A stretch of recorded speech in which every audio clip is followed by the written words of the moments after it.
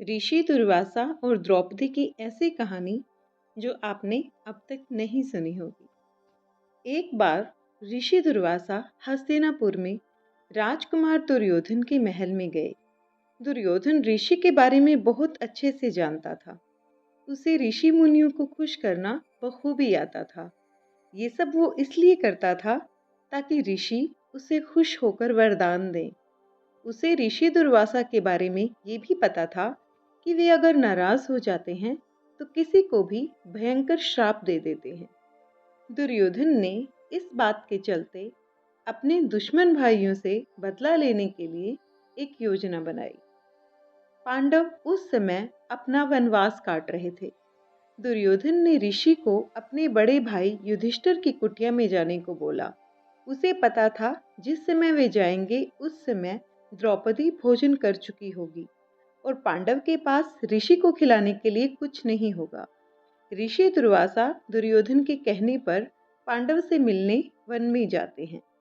वनवास की इस अवधि के दौरान पांडव अक्षय पात्र के माध्यम से भोजन प्राप्त करते थे। पांडवों को खिलाकर द्रौपदी भी अपना भोजन खा लेती थी। द्रौपदी के पास सूर्य देव का एक वरदान होता है।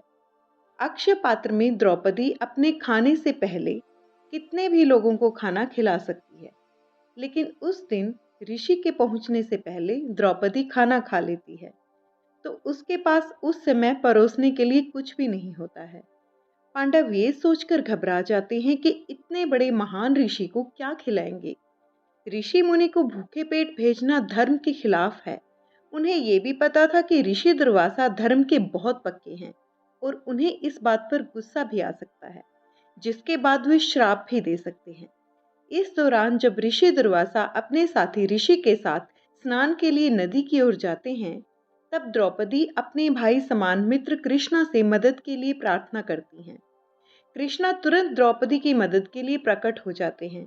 तब वे उनसे ऋषि दुर्वासा को खिलाने के लिए भोजन की मांग करती है। कृष्णा द्रौपदी से अक्षय पात्र सामने लाने को बोलती है। द्रौपदी अक्षय पात्र सामने लाती है तो उसमें चावल और सब्जी के कुछ कण होते हैं। कृष्ण ये भोजन के अंश को ग्रहण कर लेते हैं और भीम से ऋषि लोगों को बुलाने के लिए बोलते हैं।